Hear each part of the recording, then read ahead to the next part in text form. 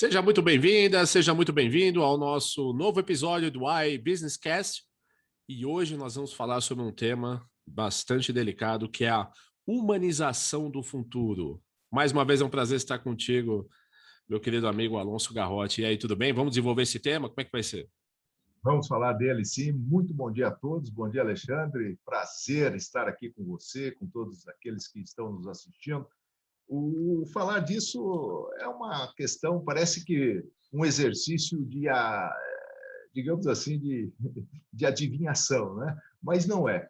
Já existe aí uma ciência por trás de todo esse futuro, o estudo do futuro, quer dizer, estudar o futuro para não para conhecê-lo, porque isso é impossível, mas estudar o futuro para pelo menos nos prepararmos para o que vem pela frente. Então, a ideia nossa hoje é trazer aqui para você exatamente o nosso pensamento, o meu e o do Alexandre, no sentido, né, Alexandre, da gente falar um pouquinho, né, e baseado uma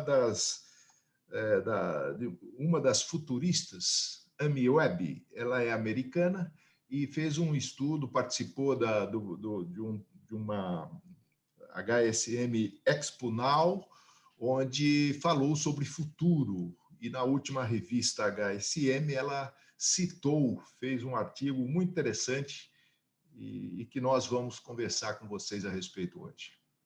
Acho que seria interessante a gente setar o futuro, né? Porque ele pode falar de 100 anos, 200 anos, aí é uma viagem muito louca, mas eu acho que se a gente conseguir pelo menos falar a respeito dos próximos 10 anos, 10 anos. já dá um horizonte bastante assim palpável, né, para as pessoas, porque a gente já começa a sentir algumas mudanças, algumas tendências, algumas vertentes para o futuro próximo, né? O que você acha? Vamos nos 10 anos, mais ou menos? Vamos pensar assim, como será o nosso futuro daqui a 10 anos, não é? Onde, por exemplo, trabalho remoto, trabalho presencial. Como será, Alexandre? Você já pensou nisso? Olha, não só pensei como vivo, né? Isso, né? Porque, claro, além de estarmos aí inseridos num momento atípico, que é a pandemia, né? Um momento desafiador e atípico, as empresas estão se preparando justamente para esse futuro, né? O que acontece? Diariamente, a gente vem desenvolvendo projetos de sistematização de processos e projetos. A gente estava falando isso agora há pouco. Por quê? Porque essa é uma tendência que não é só por conta da pandemia, é uma tendência que eu vejo para essa nossa década, né? Perfeito, perfeito. Os deslocamentos em breve serão assim, né, bem complicados ao longo das cidades, né, de transferência de pessoas para escritórios. Já hoje já existe um movimento fortíssimo com relação ao fechamento de escritórios. E a gente tem um arsenal hoje de ferramentas colaborativas que assim que faz realmente a diferença. O que você acha, Ana? É nesse caminho mesmo. Eu também compactuo com aquilo que você disse e coloco o seguinte: a Amy Webb, ela citou uma pesquisa recente nos Estados Unidos, quer dizer, onde grandes empresas estão deixando a critério do próprio funcionário se ele quer ou não trabalhar remotamente. Até isso Exatamente. tem implicações muito fortes, né, financeiramente, economicamente falando, para as empresas. E, naturalmente, você imagina assim, você citou aí o transporte público, não é? O deslocamento, vai certamente desafogar um pouco essa questão também, né? O trânsito vai influenciar no tráfego, né? No tráfego das cidades, das grandes cidades principalmente, São Paulo, Rio, esses grandes centros, não é? E Porto Alegre, Curitiba, etc. Mas é interessante que é um futuro que já está hoje, né? Nós estamos falando Ele para está em 10 anos, andamento, né? É um mas é um futuro que. futuro. Exatamente. Um futuro contemporâneo. Né? É, é verdade, o futuro Já está contemporâneo. acontecendo, a gente está dentro dele. Nós já estamos dentro dele, né? Outro aspecto que é falado sobre o IA e a mão de obra humana, ou seja, a inteligência artificial e a mão de obra humana. Né? Como é que será essa? Né? Porque o que nós pensamos, né? Sem ler o artigo, eu fico pensando inteligência artificial, mão de obra humana. Quer dizer, o robô vai substituir o recurso humano ou não? Né? Olha aí uma pergunta boa para ser respondida, hein? Por uma Olha, eu pesquisa. acredito na É? autonomação. Autonomação. O que é autonomação? Autonomação é um processo onde você tem a combinação entre o robô, a máquina, né? E quando eu falo robô, não precisa ser necessariamente um robô físico, né? Que a gente vê em linhas de produção, principalmente na indústria automobilística, é muito comum, né? A robotização dos processos, né? Isso, aliás, já acontece já há 20 anos, né? É, mas a gente hoje em dia tem trabalhado bastante com a automatização de processos administrativos, logísticos, né? Os processos de compra que a gente acaba acompanhando, né? Eu trabalho bastante com e-commerce, né?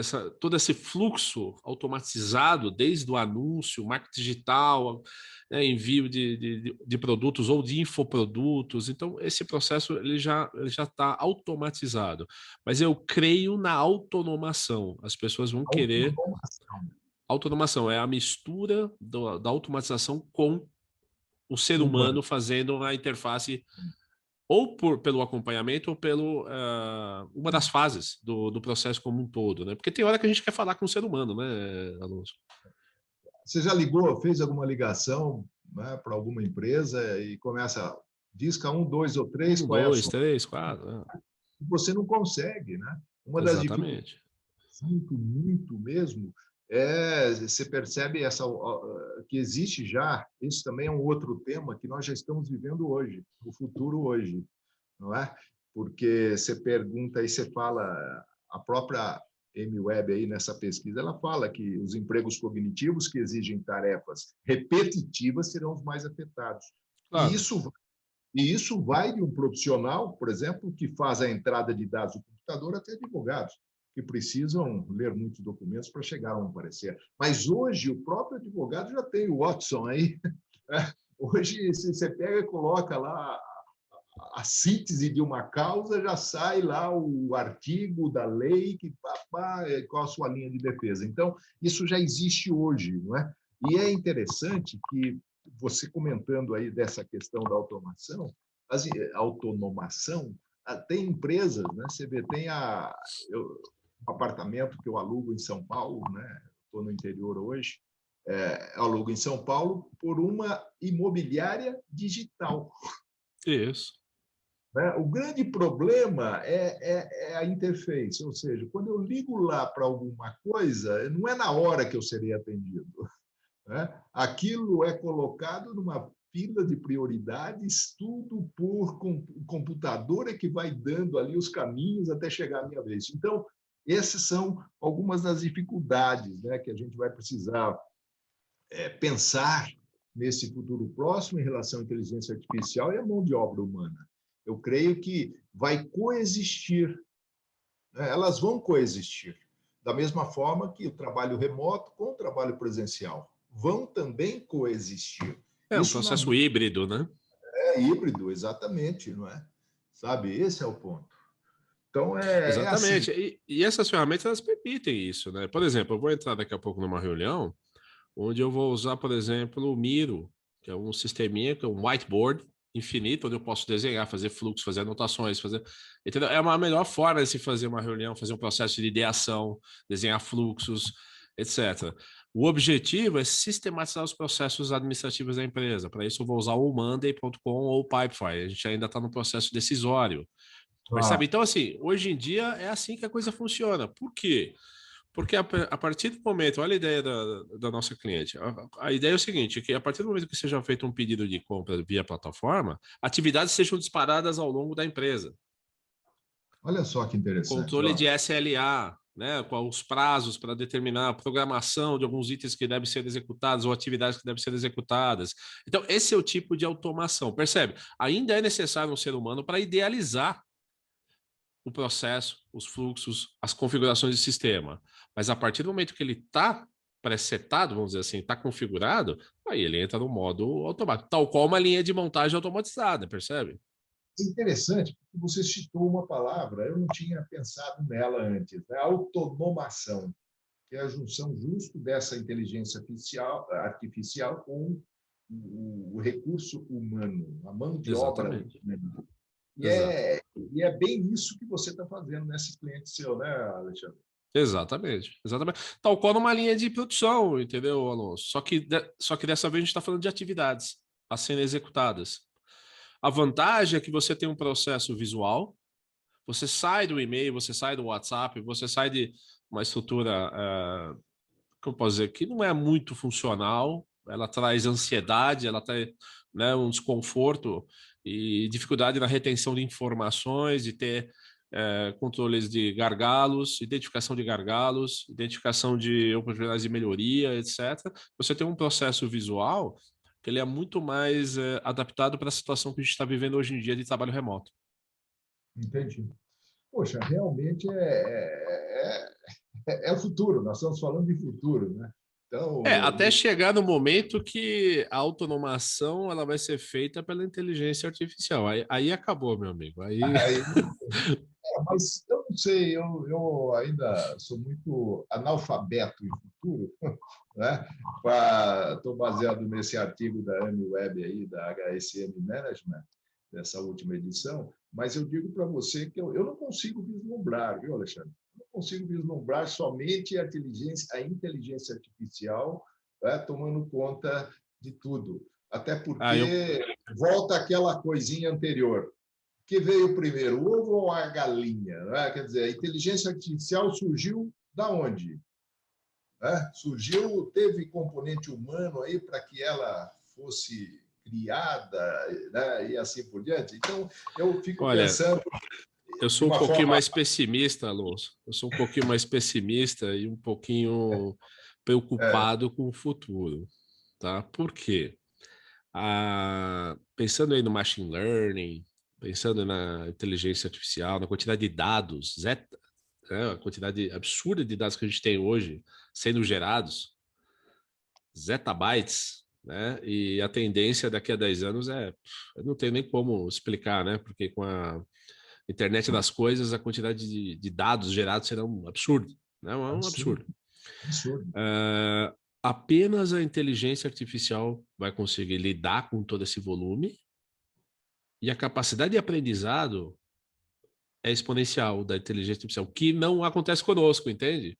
Então eu acho que a gente vai cruzar um ponto de não retorno, como você falou. Hoje em dia, por exemplo, um advogado pode fazer acesso, né? Não sei se já vem acontecendo aqui no Brasil, mas o Watson, né? Também na Nossa, medicina, né? Então, isso, mesma coisa. na medicina, então, imagina o seguinte, que rapidamente a inteligência artificial pode acessar um banco de dados absurdo, uma quantidade absurda de informações de te trazer rapidamente, em questão de Isso, segundos, isso é uma realidade já. um pré-diagnóstico, vamos dizer assim, né? É, Não é um diagnóstico, mas ao menos um pré-diagnóstico. E em um determinado momento, eu sinto que a gente vai ter um ponto de não retorno. esse não retorno. O que quer dizer não Exato. retorno? Que não dá para desligar mais a chave, né?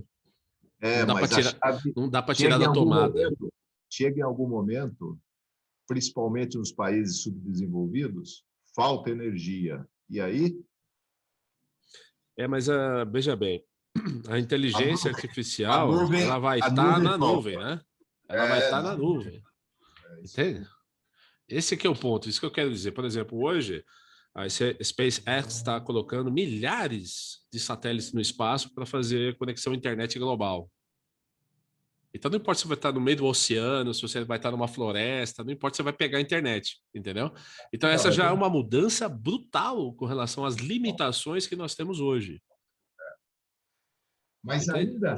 ainda assim, ainda continuando na linha desse papo, tem nesse artigo aí que você viu também aí, educação para o futuro. Certo. Nós vamos precisar, o que nós estamos falando, aquela história, não é, de o que eu preciso ter como competência, olha só, para esse futuro, para lidar com tudo isso aí que você, né, que nós estamos falando aqui. a inteligência artificial toda na nuvem, e você tem que lidar de alguma forma com isso. Ela vai te dar um pré-diagnóstico, um diagnóstico, que seja, mas a partir dali é você que vai ter que tocar. Que tipo de capacitação, de habilidade você precisa desenvolver, não é? Eles falam aqui do exemplo de... Ela mesma conta, a Amy Webb, que quando comprou o primeiro laptop, veio com um livro, né, com um manual de instruções. E hoje, né, como que é hoje? Ela fala aqui, ó, hoje a filha dela de 10 anos vive num mundo em que nada mais vem com manual de instruções. Exato. Olha só, a abordagem é diferencial, né? E a maneira como vai resolver os problemas do futuro também vai ser diferente. Então, esse é o ponto, né? Quais as capacidades, habilidades, Alexandre, que você vê, tanto essas que estão aí no artigo ou não, que nós vamos precisar desenvolver, né? Autodesenvolver ou desenvolver no nosso comportamento? Olha, eu acho que, claro, né? Talvez o futuro seja ser mais humano, seja um grande diferencial, né? Porque a partir do momento que a gente faz uso de ferramentas tecnológicas, inclusive a interface com inteligência artificial, a nossa mente começa a seguir a mesma linha de raciocínio. Percebe o que eu quero dizer? Isso é bastante direcionado por conta do user experience e user integration, né? Então, imagina que a gente cada vez mais está fazendo uso de produtos e serviços que de forma intuitiva você sabe utilizar, certo? É mais ou menos essa Certo. linha que você está. Um celular já também não vem mais com manual, um computador, nada, vem com quase nada vem com manual, porque a gente tem a capacidade de entender como ele funciona. Então, assim, o que eu vejo é que a juventude, né, ou até mesmo os profissionais que estão no mercado, elas têm que estar adaptados para a indústria 4.0. Basicamente é isso, né? Então, saber um pouco de programação, saber um pouquinho de lógica, pensamento estruturado. Agora, com relação à educação, eu sinto que a gente vai ter um forte impacto, principalmente nas universidades, cursos de pós-graduação. Né? Por quê? Porque a quantidade de informação, a quantidade de dados, a quantidade de inovações, ela é muito mais rápida do que a capacidade de uma universidade se adaptar e de até o professor se preparar para poder lecionar. Hoje em dia, a gente está vendo várias plataformas crescendo de forma exponencial, que é baseada na educação à distância, É, cursos de EAD. Então, eu vejo que, por exemplo, a minha esposa está fazendo uma pós-graduação quase que 100% EAD. Então, assim, não há mais a necessidade de você ir para uma universidade, a não ser que tenha questões de laboratório, né? Questões que você. tá, Mas aí você tá. tem um processo híbrido, entende? É. Então, quase todo Então, mundo será obrigado a tentar entender um pouco esse processo como um todo e se adaptar a essa nova realidade. E no futuro, ninguém vai querer voltar para trás, entendeu, Alonso? sem dúvida, sem dúvida. E outra coisa, porque tem coisas que a tecnologia não faz. E Claro, esse que a tecnologia não faz? É isso que a gente vai precisar passar para aqueles que vêm depois de nós, sim, não é? E sim, um ponto, essa questão também, isso é hoje, só vai se aprofundar daqui para frente. Essa questão de coexistir, né?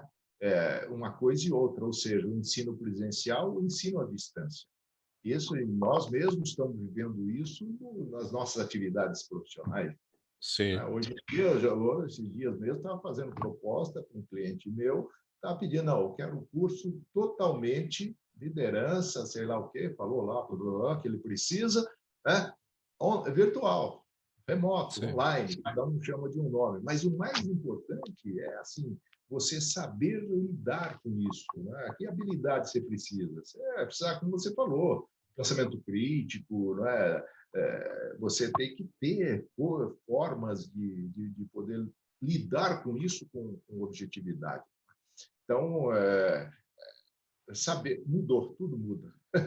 Quando eu estava Ah, fazendo mestrado, em 2013, a gente já discutia isso em sala de aula. Qual é o futuro do ensino presencial? 2013, quer dizer, muito pouco tempo também, 7 anos, né? Uma eternidade aí.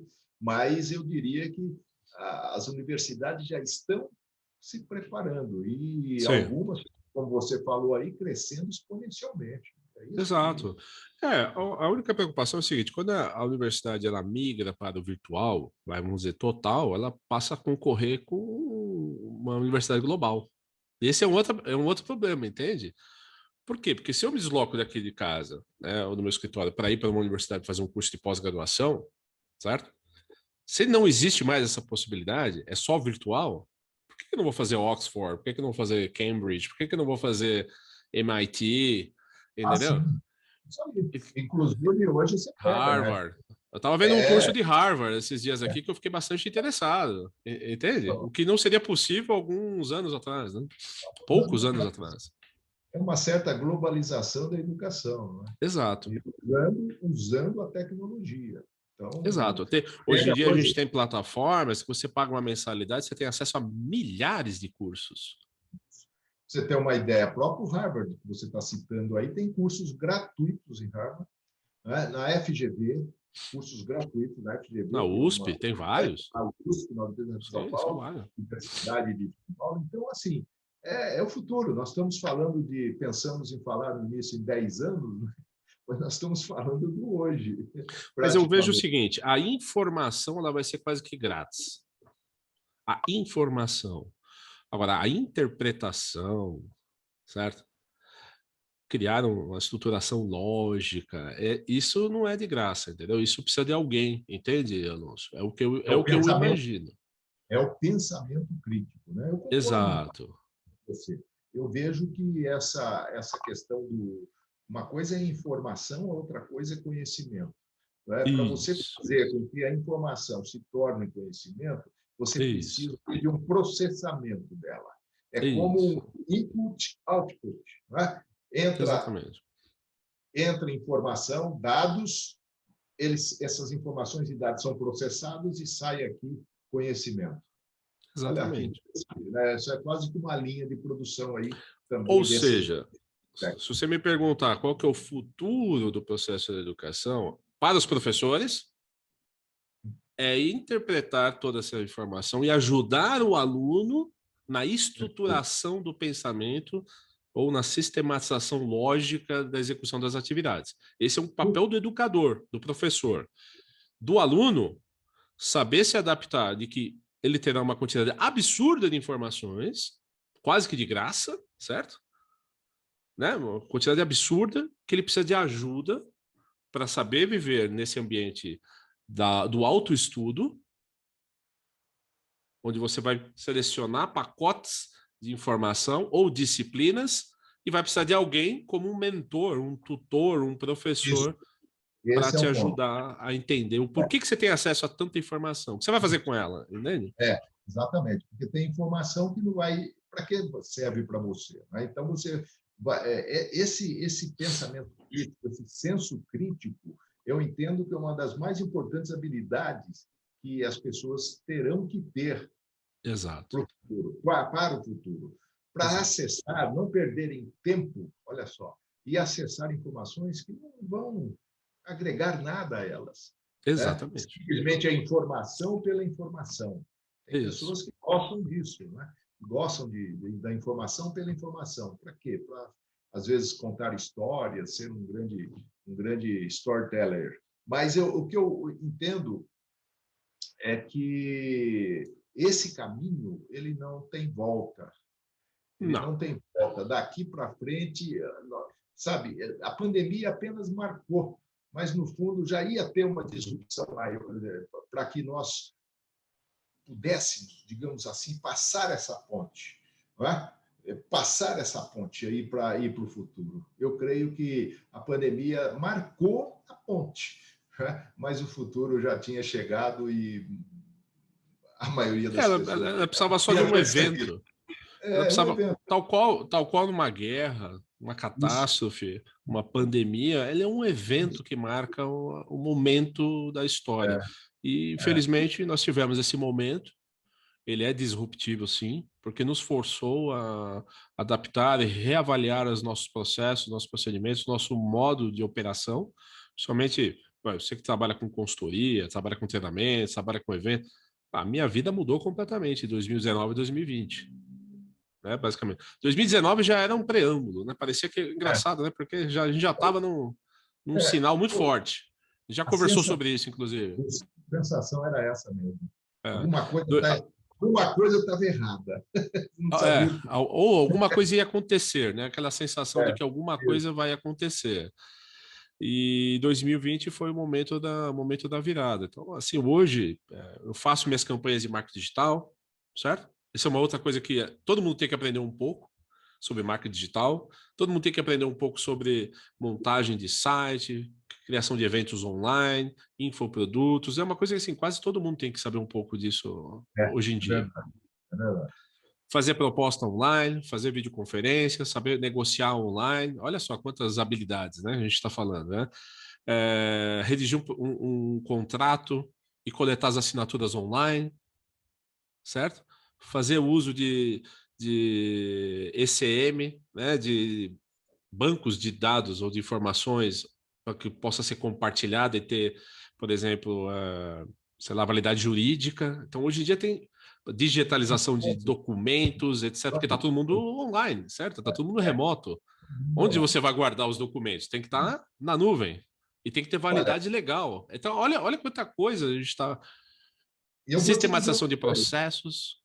Eu vou dizer uma coisa. Eu creio que o consultor vai entrar nesse meio aí, em preparar o empreendedor a fazer tudo isso que você disse agora, né? No Isso, de sentido de forma poder remota. ser o catalisador disso. Tem que ser né, fazer uma catalisação, um vínculo. A gente está falando de ponte. Fazer a ponte, né, com Exato. todos esses saberes, com todos esses conhecimentos aí, que precisam ser dominados por quem quer continuar no jogo. Né? Exatamente. Exatamente. Porque hoje não vai dar para você ter um cara, uma agência que faça o marketing, vai ter um profissional de computação que te faça o site, que se faça isso. Sabe, Já esquece, inviabilizou muita coisa, né? já inviabilizou muita É, coisa. Então, é. você precisa ser o grande provedor de você mesmo para tudo, não é? Praticamente. Quase tudo. Você tem a sua especialidade, mas genericamente você tem que lidar com muitas outras coisas. Exatamente. A A gente carreira hoje em T, né? O profissional em T, ou em W, né? Já estou falando em W, né? sabe, já não adianta, é isso aí, viu? Mas assim, tem várias coisas, né, Alexandre? Eu creio que nosso tempo aí já tá bem Se esgotando. se esgotando aí, mas engenharia reversa também é um ponto, a, a dualidade também entre diversidade e tecnologia, sabe, que são pontos para se observar no futuro, né? E a sustentabilidade e a tecnologia também, né? Então, fala de diversidade, tecnologia, sustentabilidade, como é que isso vai se concretizar aí no futuro, né? Por exemplo, aqui já se falam, né, da realidade aumentada, para permitir, por exemplo, o quanto que você, olha só, no seu celular você vai ter um app que vai medir o quanto que você polui o mundo. Quer dizer, Ou no óculos, né? Porque eu acho que o o celular óculos. vai acabar também, viu, Alonso? Eu acho que Então, olha aí, é ó, um olha aparelho aí, que ó. vai sumir daqui a pouquinho, tá? Então, porque hoje Talvez seja tem, o óculos. talvez seja o óculos, Talvez ou não, quem, é quase certeza, tá? não sei se todo mundo vai usar óculos, né, cara? Mas vai acabar usando por conta da realidade aumentada, esse que é o ponto. Esse é o ponto, né? Você pode não ter o grau, inclusive os óculos do futuro, ele vai ajustar o grau à sua vista, tá? Então, olha só, É uma loucura. E vai servir como telefone, vai servir como internet, vai servir como qualquer coisa que você precisar, mas tá? é por aí mesmo, né? É por aí mesmo. Então, o negócio é entrar em indústria de lentes e de óculos, né? De armações e de lentes. Ou de aplicativos, né? Não tem volta. Não Agora, tem jeito. imagina o seguinte, todo mundo no escritório sem monitor, porque o monitor vai estar aqui, ó. Vai estar no óculos. Exatamente, entendeu? As pessoas andando na rua, certo? Ou vai estar num Uber sem motorista, né? Que já é praticamente uma É, realidade em alguns lugares, né? Nos Estados Unidos já é. tem testes aí sendo feitos, onde você vai entrar e vai continuar assistindo o teu filme, o seu Uma documentário, o seu boa. curso, está aqui na tua vista, entendeu? Google E Maps, o tudo. deslocamento. Eu tenho um livro aqui do Miguel Nicoleles, aquele cientista brasileiro aí que a NASA financia aí os projetos de pesquisa dele.